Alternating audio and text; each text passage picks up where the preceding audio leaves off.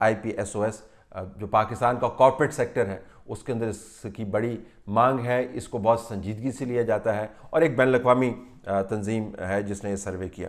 یہ consumer confidence survey ہے، یعنی جو خریدنے والا ہے، جو پاکستان کا شہری ہے، اس کا اعتماد اس نظام کے اوپر کیا ہے. اس میں بہت ساری تفصیلات ہیں، لیکن جو چیدہ اس کی فائنڈنگز ہیں وہ ہم آپ کے سامنے رکھ دیتے ہیں. تو سروے کا پہلا حصہ یہ ہے جس کے اندر یہ کہا گیا کہ آپ پچھلے سال کی نسبت موجودہ صورتحال کو کیسے دیکھتے ہیں. تو لوگوں سے پوچھا گیا کہ کیا آپ کوئی نئی چیز کو گاڑی واڑی خریدنا چاہیں گے. 91% نے کہا جی کہ ہم نے تو بس پچھلے سال کی نسبت ہمارا کانفیڈنس جو ہے وہ بہت شیٹر ہوا ہے، ہم نے گاڑی واڑی کوئی نہیں خریدنی. کوئی اور ہاؤس ہولڈ چیز، کوئی میز کرسی، کوئی چیز گھروں میں اضافہ، ظاہر چیزیں خریدی جاتی ہیں تو مارکیٹ چلتی ہے. تو 89% کہہ رہا ہے جی کہ ہم نے تو کوئی ایسی نئی چیز نہیں خریدنی، جو ہمارے پاس ہے اس کو سنبھالنا تو بڑی بات ہے. تو اس سے آپ کو پتہ چلے گا کاروبار ٹھپ ہونے کی وجوہات کیا ہیں. کیا آپ نے نوکری کھوئی معاشی حالات کی وجہ سے؟ پچھلے سال سے کمپیریزن کر رہے ہیں تو 31% کہہ رہے ہیں کہ ہماری نوکریاں گئی ہیں معاشی حالات کی نسبت. تو 13 ماہ کے اندر 31% کا کانفیڈنس جو ہے وہ ڈپ کر رہا ہے. کیا آپ اپنی جو موجودہ جاب ہے اس کے اندر اپنے آپ کو سیکیور محسوس کرتے ہیں کہ جاب چلی بھی تو نہیں جائے گی، اور آپ کی فیملی والے جو ہیں وہ ان کی اپنی جابس کے بارے میں کیا خیالات ہیں؟ 82% کہہ رہے ہیں جی کہ ہم بہت انکمفرٹیبل ہیں، ہمیں کچھ پتہ نہیں کہ مستقبل کے اندر ہماری جابس کا کیا بنے گا. کیا آپ مستقبل کے اندر انویسٹمنٹس کرنا چاہیں گے؟ 80% کہہ رہے ہیں کہ ہم نے انویسٹمنٹس نہیں کی. 80%. یہ کنزیومر سروے ہم آپ کو بتا رہے ہیں، لوگوں کی چوائسیز ہیں.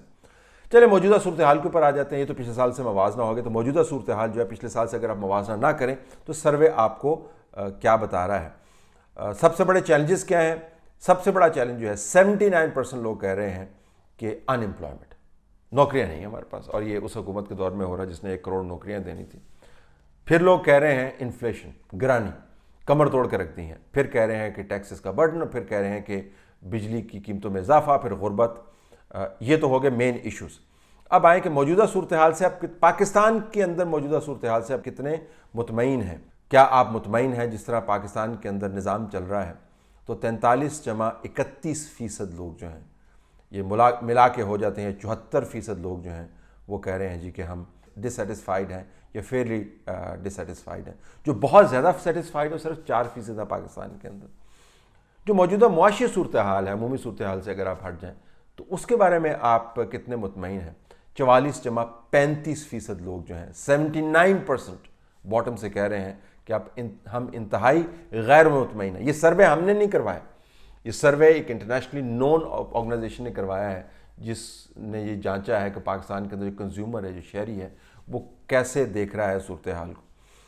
اچھا، کیا آپ مقامی جو لوکل اکانومی ہے، ٹریڈرز کی بات کر رہے ہیں، جو چھوٹے پیمانے ایکسپورٹرز کی بات نہیں کر رہے ہیں، اس میں آپ کا کیا خیال ہے؟ تو 25.21 اگر آپ اس کو ملا کے دیکھ لیں تو باٹم اینڈ سے 46% بیچ میں آپ 21 ایڈ بھی کر سکتے ہیں جو سمجھتے ہیں کہ مطمئن نہیں ہے. صرف 1% لوگ ہیں، 1% لوگ ہیں جو کہہ رہے ہیں کہ مقامی معیشت ٹھیک کام کر رہی ہے.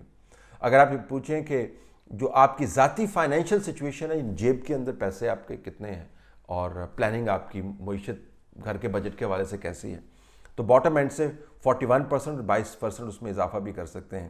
تو آپ کو میجورٹی نظر آئے گی جو اپنی موجودہ فائنینشیل صورتحال سے مکمل طور پر غیر مطمئن ہے. یہ پچھلے سوا سال کی بات میں کر رہا ہوں.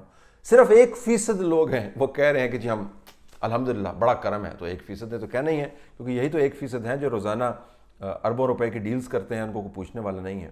سب سے اہم ایریا کے اوپر اس وقت میں آ رہا ہوں. آپ موجودہ صورتحال سے بھی اضطراب کی کیفیت میں جا سکتے ہیں، آپ پریشانی کی کیفیت میں جا سکتے ہیں، ماضی سے کمپیئر کر کے بھی آپ اپنی دل آزاری میں اضافہ کر سکتے ہیں، آوازاری میں اضافہ کر سکتے ہیں.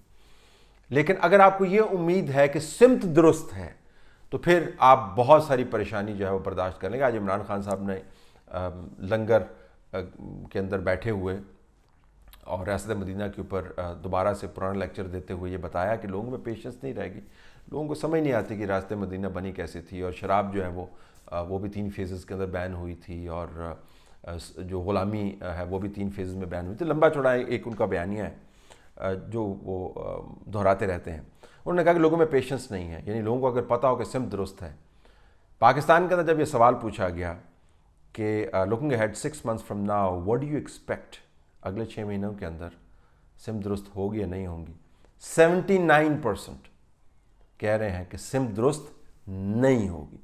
یہ پاکستان کا کنزیومر ہے، یہ باتیں کر رہا ہے۔ یہ سروے انٹرنیشنل آرگنائزیشنز نے کروائے ہیں اور اویلیبل ہیں، اس میں اور بھی بہت ساری چیزیں ہیں۔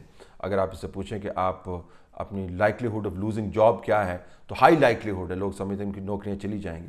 جو ایکسپیکٹڈ فائنینشیل سچویشن ہے وہ بری سے بری ہوتی جائے گی، جو ایکسپیکٹڈ لوکل اکانومی ہے بری سے بری ہوتی جائے گی، تو اور اس میں بہت ساری اور چیزیں ہیں۔ اگر آپ ان سرویز کو دیکھیں تو پاکستان کسی اور طرف جا رہا ہے۔ اگر آپ بزنس مینوں کی میٹنگز کی خبریں سنیں، اگر آپ لنگر خانوں کی اوپننگ کے اوپر سپیچز سنیں، اور اگر آپ اس نظام کو سنبھالنے، چلانے اور دھکا دینے والوں کی باتیں سنیں اور ان کا اعتماد سنیں، تو آپ کو لگے کہ پاکستان تو اصل میں آسمان کی طرف جا رہا ہے۔ صرف چند ایک لوگ ہیں جو اس کو بتا رہے ہیں کہ زمین کی طرف جا رہا ہے۔ یہ سرویز آپ کو بتاتے ہیں کہ چند ایک لوگ نہیں ہیں، خلق خدا پاکستان کے اندر بہت پریشان ہے اور مستقبل کے بارے میں نا امید ہے۔